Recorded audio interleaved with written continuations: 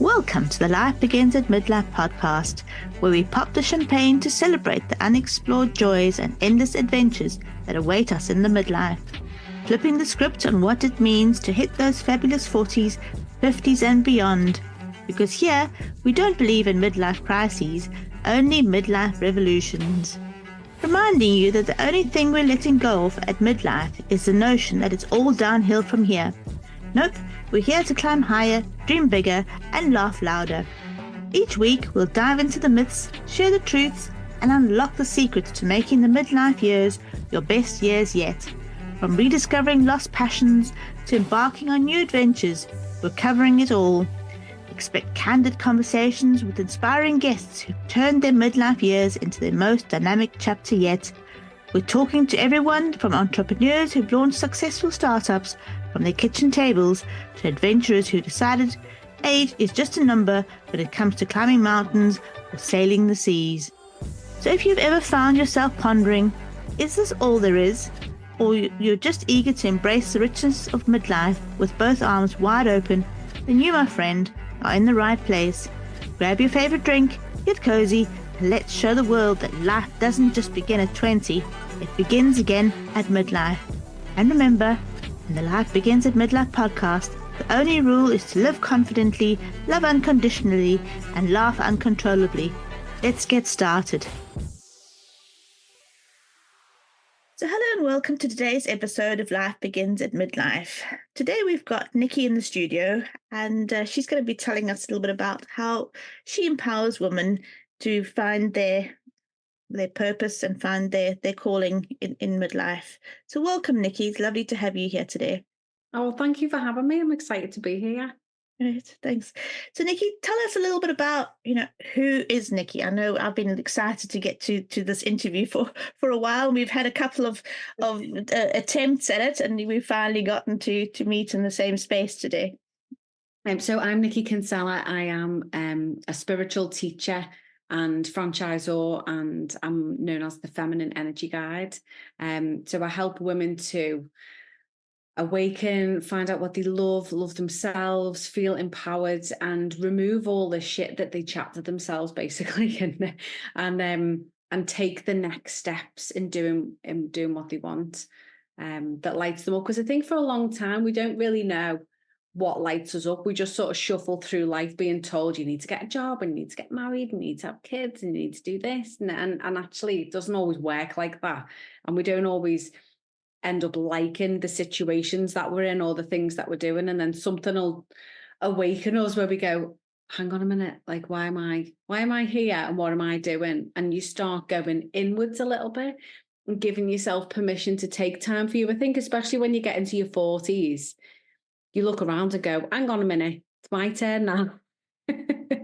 Absolutely. I think, we will all go through that stage where we've been there for everybody else. We've been that mum, we've been that daughter, we've been that partner, wife, and maybe even a sister as well. And, you get to a point where, you do feel that, you've given so much and, what's in it for me? You might even look back and think, I used to enjoy, I don't know, playing the piano, for example, but I've not even touched the piano in all these years. And, giving yourself that permission to say, right, I'm actually going to make time to do that thing that I've not done for so many years. Yeah, with no other purpose than it lights you up. Because you deserve to have that joy in your life. Because I think, I don't know about you, when we've been running our businesses or doing things, it's like, what's the purpose of this? If I'm going to read a book, it needs to be a book on this, or I need to be doing this and filling my time with this because it's going to, but actually by filling up our cup, and I don't know if are you familiar with human design? Yes, I am. Yeah. Oh, so what are you? Me, I'm a 6-2 generator. So I'm a 5-2 manifestor generator. So I think when we find that out about ourselves as well, and we can start understanding our energies, and I'm part generator, so I know that unless we're doing something that lights us up, we feel frustrated, and that will show up in everything. So, we are the doers, and a lot of people come to us because we do get shit done and we're really good at what we do. But the conditioning within us makes us say yes to things that we know we should be saying no to, but we don't want to upset anyone. And a lot of the time we'd rather experience the discomfort ourselves than actually, say no, or I can't do that to someone else, when we end up being shit all over. Yeah. And it can be 100%. very, very hard to start putting boundaries in place in that. So in 2021, I wrote a book called The Feminine Energy Guide. It's on Amazon, but it's the journey. It's part autobiography, but it's the journey of how I got to where I am now. But my introduction to like spirituality, because spirituality to me is about you finding out who you are at a soul level. It's not about religion. It's about connecting to that. Like, oh my God, this is me. I am spiritual because I am my soul, my spirit, and whatever your beliefs are. But part one of the chapters in the book is called No is a Complete Sentence. Yes, And I it's love that. all about putting boundaries in place, because it's the people that we need the boundaries with are often the people that we're closest to, and we've put up with it forever and ever and ever. And then all of a sudden, when we start speaking up, they generally don't like it, because we're normally doing something for them or helping them or pleasing them in some way. And when we say no, they're like, oh, what's up with you? Why aren't you doing that anymore? So it's about knowing that it's absolutely fine for you to say no. And when we start trying to put boundaries in place, it can often change our circle of friends or relationships, or things can sometimes end or crumble, but that's no reflection on you. By you standing in your own authority and being like, I don't want that, and them saying, well, you should be doing this, or why aren't you doing that, and what's the matter with you? It can be hard seeing people's true colours, can't it? Absolutely. And that, it hurts as well. And then you think, well, and I've been there where I think, well, maybe I should have just said yes. I would have just kept the peace and we would have all just been fine and wouldn't have gotten to this blow up, and all this, person would not be not talking to me. But then you get past that and you realize that, you're so much more freer and happier down the line once you've got over that initial, acceptance of that breakup. But yeah, it is sometimes not so easy. Yeah. And it's remembering the reasons why that you want to do those things. So even in the moments when you feel like, oh, do you know what? I feel really bad. And you will get guilt and shame, and you'll be like, oh my God, what am I doing? I'm such a bad person. I should be doing this. But ultimately, we need to just reflect it back onto them a minute and be like, if you're not okay with me doing this for you when you can do that for yourself, what does that say? Yeah. And sometimes it's just about laying it out in simple words, isn't it? Why are you upset that I won't do the dishes every single night when we're all eating off the dishes? Why is it not okay for us to take turns eachers? Yeah. If you did the dishes every single night, how would you feel? And it can just sometimes not be about having like a big blazing row, which they will probably want sometimes, but just about sharing them, because they don't realize a No, lot of the time. it's just so easy because, so and so will just do all these things. It's fine, it just gets done. She obviously doesn't mind doing it. So why must I put my hand up and offer to do something? Yeah. And it's exactly that, isn't it? They don't think that you mind doing it. Oh, she must like picking my socks up off the floor every single day because she does it. So I love my husband to death. He's my best friend. But there was a thing at one point where he'd just take his socks off and leave them by the couch, and the sock fairy would carry them to the wash Oh basket. yes. Have you seen those TikToks where there's this magic table and all that kind of thing? All just clears itself. No, I haven't. Oh no, we'll have to have a look. But we had to have a conversation, and I was like, I didn't say anything. And then one day there was 7 pairs of socks next to the couch, and he was like, "Why are all they there?" I went, "I don't know. The fairy must have gone on holiday." And he's like, "What do you mean?" I was like, well, I move your socks every day and I've just stopped moving them. And he went, oh. he hadn't even realised that he'd taken them off, then all of a sudden they weren't there anymore. Just like, I've got no socks now, they're all next to the couch. But it doesn't need to be a horrible conversation. But sometimes in certain situations, we've just been having a few conversations previous, haven't we, about our pasts and things that have happened, and it can be unsafe for us sometimes to speak out because we don't feel like we're like, I just rewinding, I was married to a narcissist. Got married when I was 21. We were together from when I was 19 till I was 25, and I escaped when I was 25, but I wouldn't have dared say anything. And when I did try and speak up about how unhappy I was, because I was emotionally, what's the word? I didn't get any emotion from him whatsoever. I was never cuddled, kissed, hugged, told I was loved. There was none of that. And I come from a very affectionate family. So to go from that and then try and sort of instigate it and be told that I had emotional problems and I needed to go to the doctors.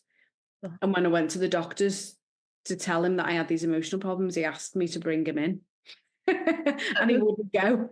So Okay. he's like, I don't think the problem's with you. Would you mind bringing him in and we'll chat about this together? Because I was like, he said that I've got this problem. And he was like, did he? Okay, let's see him then. And he obviously wouldn't come in. But yeah, for a long time, I had things flipped on me and told that it was me. And then I lost so I'll just very quickly tell you my story. I was born into a single parent family because my grandmother shamed my grandmother split my mum and dad up because she didn't like me, who my mum was going out with, and then shamed my mum for being a single parent. So we lived with me now. God bless her. But she ruled the house. She wasn't happy unless everyone else was unhappy. She was a bully. She was a narcissist. Looking back now, we were all walking on eggshells. So from being a very tiny human, I felt the energy. I'm a massive empath, and I always have been. But I cried for the first year of my life. And she was like, "Oh, you cried all the time when you were a baby." And my mum used to get surprised. She got it, but my mum went down to like 6.5 stone. And then I was bullied all the way through school because I was bullied at home. So I didn't speak up. I just let everybody do whatever because I was just, don't you answer back, and but stick up for yourself in school, but don't you answer back. And so it was a bit like bullied all the way through primary school. My mum left my stepdad when I was 13 and got in with this other guy who was emotionally, physically, sexually, everything abusive, whatever tick box you've got, he was that, and he moved in with us. So we had that.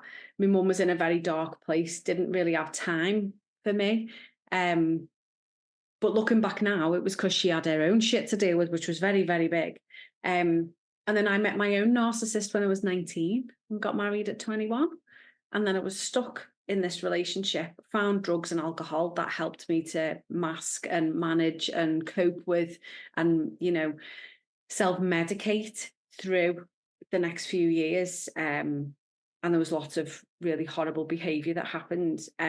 Escaped when I was 25 and met my now husband and bestest friend in the whole world. We've been together like 20 years. But because I was so used to people pleasing, straight away I was the submissive. I'll do that. But continued with the self-medicating.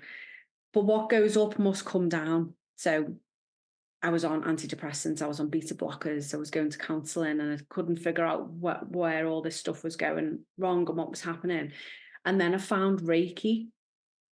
Met an old friend at the school gates, and she was like, "What are you doing?" And we were chatting, and she was doing Reiki attunements, and I didn't really know what it was. I'd had it once when I was a kid. My friend's mum did it, but I didn't know what it was. And booked an attunement for my birthday. And she was going on about how we're all energy and we're all connected. And I was like, what the fuck is she going on about? Like, I have no idea. She's like, cuckoo.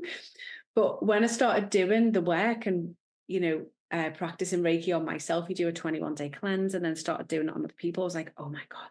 And it made me realize and start looking at and seeing where my body had been giving me signs the whole time. I had sciatica. I'd always had problems with my lower back, which is the root chakra, which is your safety and your security.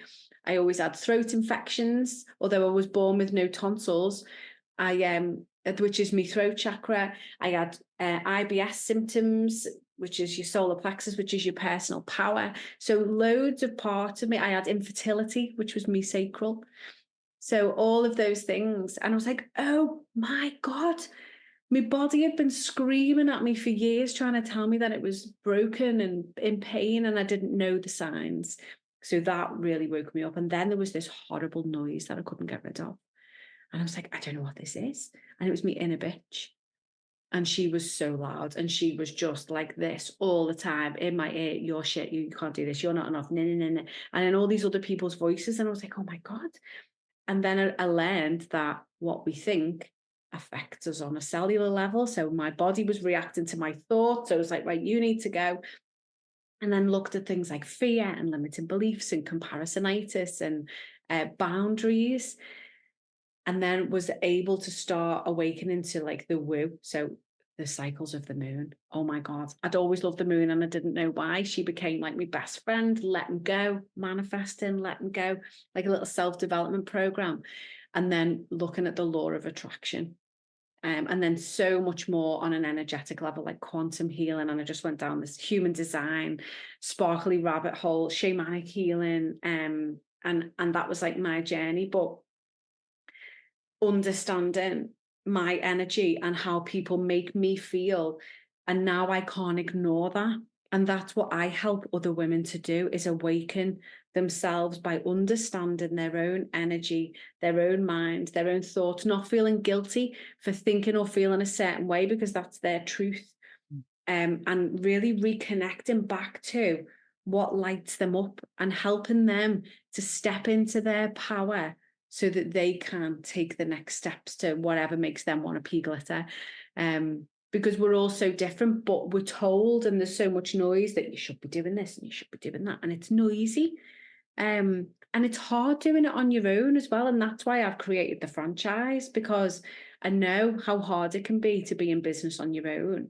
So my vision is to create a sisterhood of heart-led, like-minded women that want to change the world through spirituality and holistic practices. Sorry, I feel like I've just gone. No, no, it's been lovely listening to it. It's been great, and yeah, I think there's going to be a lot of people that can identify with a lot of that you've said. I know there's a lot that it was like you were a part of it, was like you were telling my story. So you know, it's definitely something. So yeah, thank you very much for sharing that with us. Oh, you're welcome. And I think what we look for in other people so much is vulnerability, isn't it? Like we want to feel connected at a heart level to other people, but sometimes we find it so hard to allow ourselves to be vulnerable and accept support, especially when we've always been the one who's been supported. And this is what I've really found over the last few weeks, is actually I am really supported. And if I just ask or let other people help me, they will, and I don't need to do it on my own.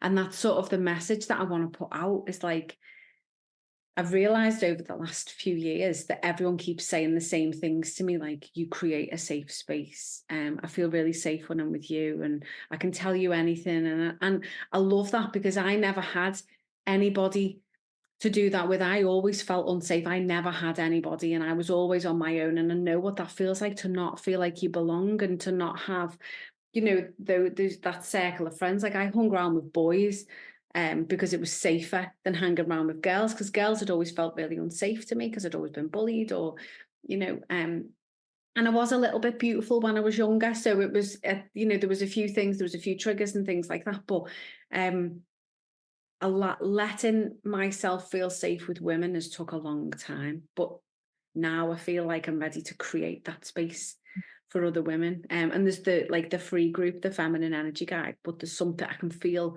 We had a conversation, didn't we, about like there's something else coming, but we just don't know what it is, and we can't put our fingers on it. And it's yeah.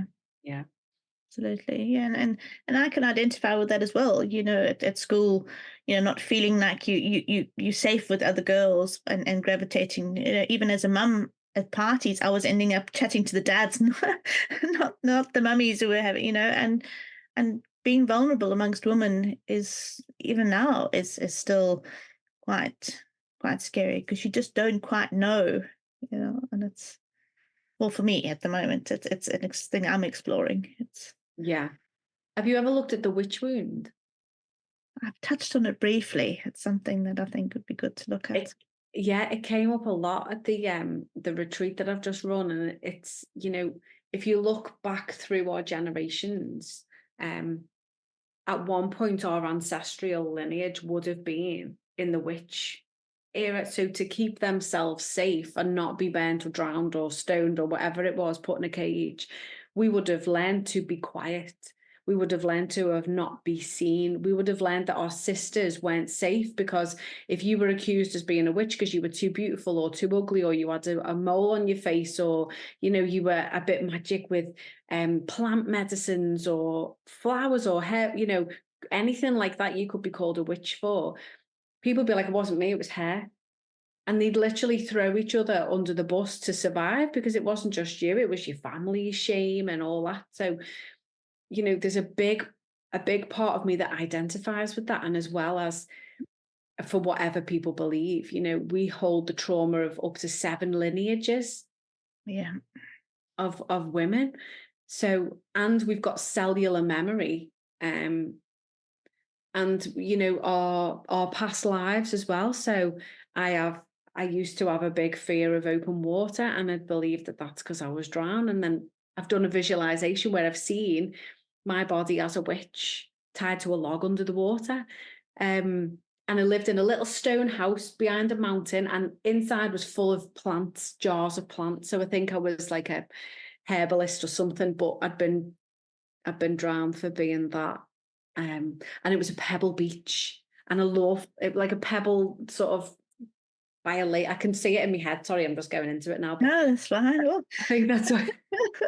Well, I think that's a perfect place to leave it there for today. We'll have to have a part 2 where we go into talking about the witch wound and all those kinds of things, because I think we've created that anticipation for the guests that they're going to want to hear about it. So we'll definitely have a part 2 at some point where we can go into that. But it's been lovely having you today. Lovely speaking with you, and I look forward to speaking with you again.